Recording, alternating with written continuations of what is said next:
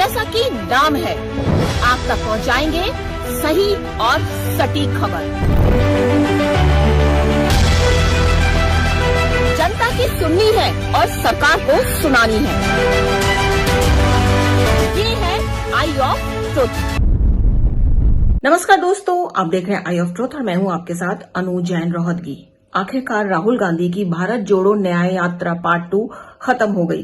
14 जनवरी से शुरू हुई थी यात्रा। ये राहुल गांधी ने 6,700 किलोमीटर के करीब का सफर किया, 15 राज्यों में गए और 100 से ज्यादा ऐसे क्षेत्र थे उन्होंने कवर किए जहां पर लोकसभा चुनाव होने हैं। अब इस यात्रा से इन लोकसभा चुनाव में आगामी में कांग्रेस को फायदा होगा या नहीं, ये तो आने वाला समय ही बताएगा कि राहुल गांधी की यात्रा के बदौलत कितनी सीटें कांग्रेस इन जगहों पर खासतौर पर जीत पाती है जहां पर राहुल गांधी ने यात्रा निकाली, बढ़ चढ़कर स्पीचेस दी, लोगों को एश्योर किया। लेकिन हाँ, इस यात्रा से एक बात तो है, एक फायदा तो जरूर हुआ है कि राहुल गांधी ने अपनी इस यात्रा के दौरान कांग्रेस का जो पूरा मैनिफेस्टो है, चुनावी घोषणा पत्र है, उसकी पूरी रूपरेखा तैयार कर दी। क्योंकि राहुल गांधी ने जो जो अपनी यात्रा में बोला, वही मैनिफेस्टो जो ड्राफ्ट बना है कांग्रेस का, उसी पर ही बेस्ड है कि राहुल गांधी जी ने जो कहा वही बातें इसी मैनिफेस्टो में नजर आ रही हैं। जैसे कि राहुल गांधी बात कर रहे हैं एमएसपी देने की कांग्रेस को, कि वो जब आएंगे जीत करके तो किसानों के लिए एमएसपी लाएंगे। और राहुल गांधी शायद ये भूल गए हैं और कांग्रेस भी शायद ये भूल गई है कि यही कांग्रेस है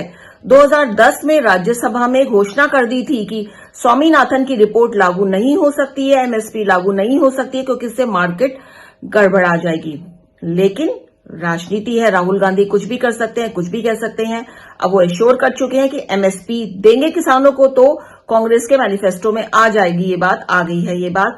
दूसरा, राहुल गांधी जो बात कर रहे हैं, जो उन्होंने मुद्दा उठाया कास्ट सेंसस का, कि अगर आएंगे तो कास्ट सेंसस जरूर करवाएंगे। अब ये बात अलग है कि इतने साल कांग्रेस ने राज किया, किसी के दिमाग में नहीं आया कि कास्ट जनगणना करवानी चाहिए। लेकिन हाँ, अब राहुल गांधी ने कहा है तो कांग्रेस की समझ में आ गया है और एक मैनिफेस्टो है। और मैनिफेस्टो में जो बातें सामने आई है वो राहुल गांधी ने अपनी यात्रा में दोहराई है। महिलाओं को रिस्पेक्ट देने की बात कही है, नौकरी की बात कही है, अच्छी शिक्षा देने की बात कही है, इक्वालिटी की बात कही है, अपॉर्चुनिटीज जो हैं सबको समान रूप से देने की बात कही है। और यही बात चुनावी घोषणा पत्र है कांग्रेस का तो रिफ्लेक्ट करता है। तो राहुल गांधी ने एक अच्छा काम किया कि अपने दम पर उन्होंने मैनिफेस्टो की एक रूपरेखा तैयार कर दी। और इस रैली से, इस जो नया यात्रा है, इससे कांग्रेस को कितना लाभ होगा, जैसा कि हमने पहले कहा कि ये तो आने वाला समय बताएगा। क्योंकि पिछली बार नया यात्रा निकाली थी राहुल गांधी ने तो 5 में से 3 जो चुनाव हुए थे हिंदी बेल्ट में, वो बुरी तरह से कांग्रेस हार गई थी। ये सबको पता है कि जो रिजल्ट्स सामने आए हैं, उसका जो परिणाम आया है, उसके कारण राहुल गांधी की यात्रा के बाद ये चुनाव हुए थे, उसमें से 3 चुनाव जो हिंदी बेल्ट के थे बिल्कुल, वो कांग्रेस हार गई थी। लेकिन इस चुनाव के दौरान दोस्तों, अगर आपने एक बात पर ध्यान दिया होगा, जिसके बारे में एक्सपर्ट्स भी मानते हैं कि कंसिस्टेंसी जो है राहुल गांधी के बयानों में, जो स्पीचेस में, और जो वो लोगों से जुड़ने की कोशिश करते हैं, मुद्दे जो होते हैं वो बदल जाते हैं। अलग अलग समय में अलग अलग मुद्दे लेके चलते हैं वो। उनको इस तरह का होमवर्क तैयार किया जाता है कि वो अपनी एक बात है जिसपे वो दृढ़ रहे और कहें कि नहीं, अगर कांग्रेस आएगी तो ये करेगी, उस पर वो टिके नहीं रहते हैं। बदलाव होता रहता है उनकी स्पीचेस में। और सबसे बड़ी बात जो देखने की मिली कि न्याय यात्रा के दौरान राहुल गांधी ने अडानी अंबानी पर इतना ज्यादा जोर नहीं रखा, इतनी ज्यादा उनकी बुराई नहीं की जितनी पिछली बार न्याय यात्रा के दौरान की थी। और इसके पीछे बहुत बड़ी वजह है। जानकार जो बताते हैं, खुद राहुल गांधी ने जब जो लोग उसके आसपास हैं, जो उनकी स्पीचेस तैयार करते हैं, एक्सपर्ट्स ने शायद उनको ये समझाया होगा कि अगर आप अडानी की खासतौर पर ज्यादा बुराइयां करते हैं, नरेंद्र मोदी को घिरते हैं, तो आपसे क्रॉस क्वेश्चनिंग हो सकती है। भरे लोगों के बीच में आपसे पूछा जा सकता है कि अगर आप अडानी के इतने खिलाफ हैं, तो आपके जो कांग्रेस शासित प्रदेश थे जहां आप चुनाव हार गए, राजस्थान की बात करें जहां से आप चुनाव हार गए, लेकिन जब अशोक गहलोत ने एक ही मंच पर बैठकर अडानी के साथ एक समझौता किया था और अडानी ने वहां पे 65,000 करोड़ इन्वेस्ट किए हैं पावर पार्क बनाने के लिए, सोलर पावर पार्क बनाने के लिए इन्वेस्टमेंट हुई है। ये उस समय मुद्दा काफी उछाला था बीजेपी ने, और खैर अशोक गहलोत हार गए हैं। उसके बाद अगर हम बात करें, जो बिहार में जब अलायंस में थी कांग्रेस, जेडीयू और आरजेडी, उस समय जो है अडानी ने वहां पे 8,700 करोड़ की इन्वेस्टमेंट की थी और इस इन्वेस्टमेंट में 1 लाख नौकरी देने का भी वादा किया गया था, जो एक साइन हुआ था एमओयू दोनों सरकार के बीच में और अडानी ग्रुप के बीच में। इसके बाद में हम तेलंगाना की बात करें, जो हाल ही में जीतकर जिस पर आए हैं सामने, 12,400 करोड़ की इन्वेस्टमेंट की है अडानी ने वहां पर, और रेवंत रेड्डी ने बाकायदा एक मंच पर साझा की है अडानी ग्रुप के साथ।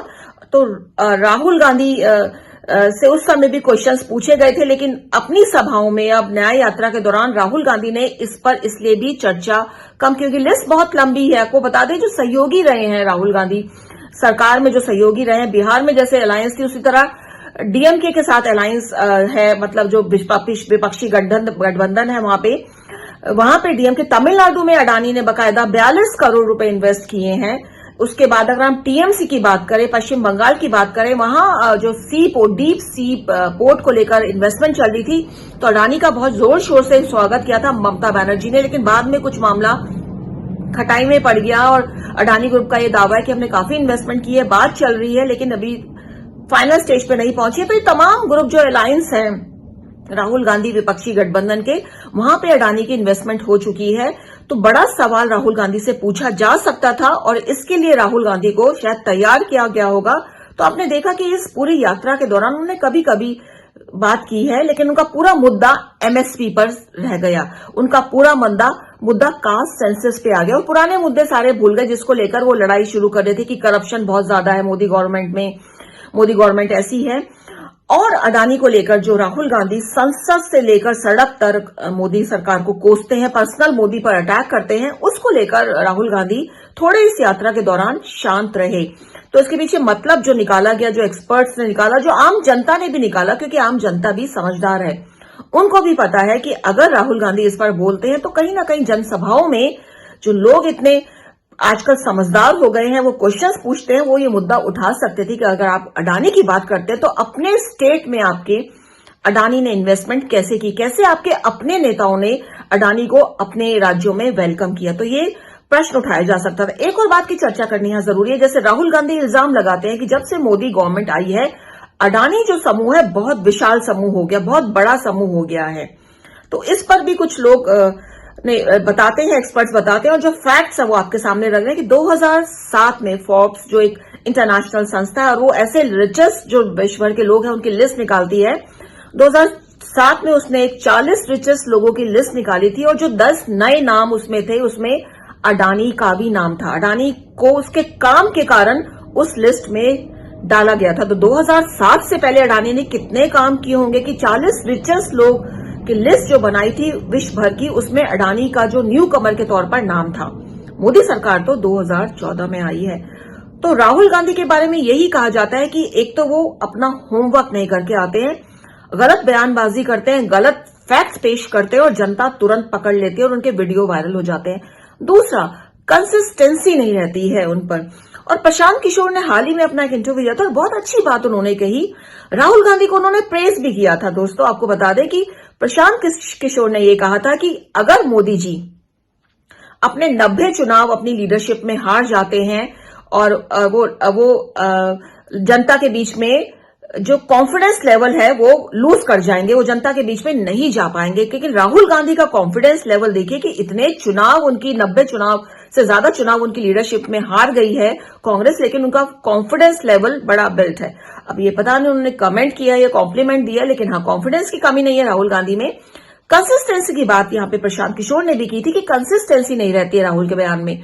उन्होंने बयान शुरू किया था राफेल को लेकर, उन्होंने बहुत हंगामा मचाया, चौकीदार चोर का उन्होंने नारा दिया, लेकिन 2019 में जो हुआ वो सबने देखा किस तरह के इलेक्शंस रिजल्ट्स आए।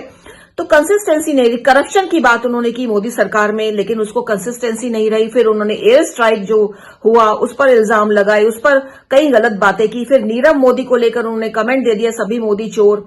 इस पर वो टिके नहीं रह सके, उनको माफी मांगनी पड़ी और अब वो एमएसपी की बात कर रहे हैं, उस एमएसपी की बात कर रहे हैं जो कांग्रेस की सरकार अपने आप अपने शासनकाल में डिनाई कर चुकी है।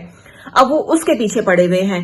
वो एमएसपी और किसानों की बात कर रहे हैं, वो कास्ट सेंसस की बात कर रहे हैं और जनता उनसे सवाल पूछ लेती है कि आप 60-70 साल आपने देश में राज किए हैं, तो अभी तक आपने जनसंख्या, जनगणना की बात क्यों नहीं की? कास्ट के बेसिस पे आपने क्यों नहीं बात करी जनगणना करवाने की? अब आपको क्यों याद आ गई है ये अचानक ही? तो इन सब बातों पर प्रश्न उठते हैं। लेकिन हाँ, जहां तक ये बात है, भारत जोड़ो न्याय यात्रा खत्म हो गई है, इसका फायदा किसको मिलेगा? एक फायदा कांग्रेस को तो मिल गया है कि मैनिफेस्टो तैयार हो गया है। राहुल गांधी जी ने जो बोला है वो मैनिफेस्टो में आ गया है। आने वाले समय में कितनी सीटें मिलेंगी ये तो आने वाला समय ही बताएगा। लेकिन हाँ, राहुल गांधी की थ्रू आउट यात्रा में अडानी थोड़े कम दिखे, बिल्कुल ज्यादा नहीं बोला गया। और इसके पीछे कारण यही है कि अडानी की जो इन्वेस्टमेंट है कांग्रेस स्टेट्स में रही, हालांकि अब कांग्रेस सरकार नहीं है, राजस्थान में नहीं है, और तेलंगाना में तो हाल ही में इन्वेस्टमेंट की है अडानी ने, जो इलेक्शन आए हैं अभी, और राहुल गांधी की यात्रा के दौरान ही इन्वेस्टमेंट हुई है। तो इस पर भी सवाल उठे थे राहुल गांधी, लेकिन साइलेंट हुए, ज्यादा बात नहीं करी, ज्यादा चर्चा नहीं हुई। तो राहुल गांधी में जो कमी है, कंसिस्टेंसी नहीं है उनमें, ये एक्सपर्ट्स मानते हैं। तो दोस्तोों, कोशिश रहती है फिगर्स के हिसाब से, आंकड़ों के हिसाब से, परिस्थितियों के हिसाब से आपके सामने कुछ फैक्ट्स पेश करें, समीक्षा करें। और यहां एक बात हमको लगी और हमने आपके सामने पेश करी ये बात। और जनता तो जज है, जनता को पता होगा कि किस तरह से हमारी कोशिश रहती है कि मुद्दों के साथ और सही आंकड़ों के साथ आपके सामने पेश किए जाए प्रोग्राम्स। तो इसीलिए आप देखते रहिए, बने रहिए हमारे कार्यक्रम के साथ, हमारे चैनल के साथ, आई ऑफ ट्रुथ के साथ। हमारे चैनल आई ऑफ ट्रुथ को सब्सक्राइब कीजिए YouTube पर, इसे फॉलो कीजिए Facebook पर, Instagram पर, Twitter पर और कू पर। हमारे चैनल के बारे में फीडबैक देने के लिए हमें मेल कीजिए ioftruth.6@gmail.com पर।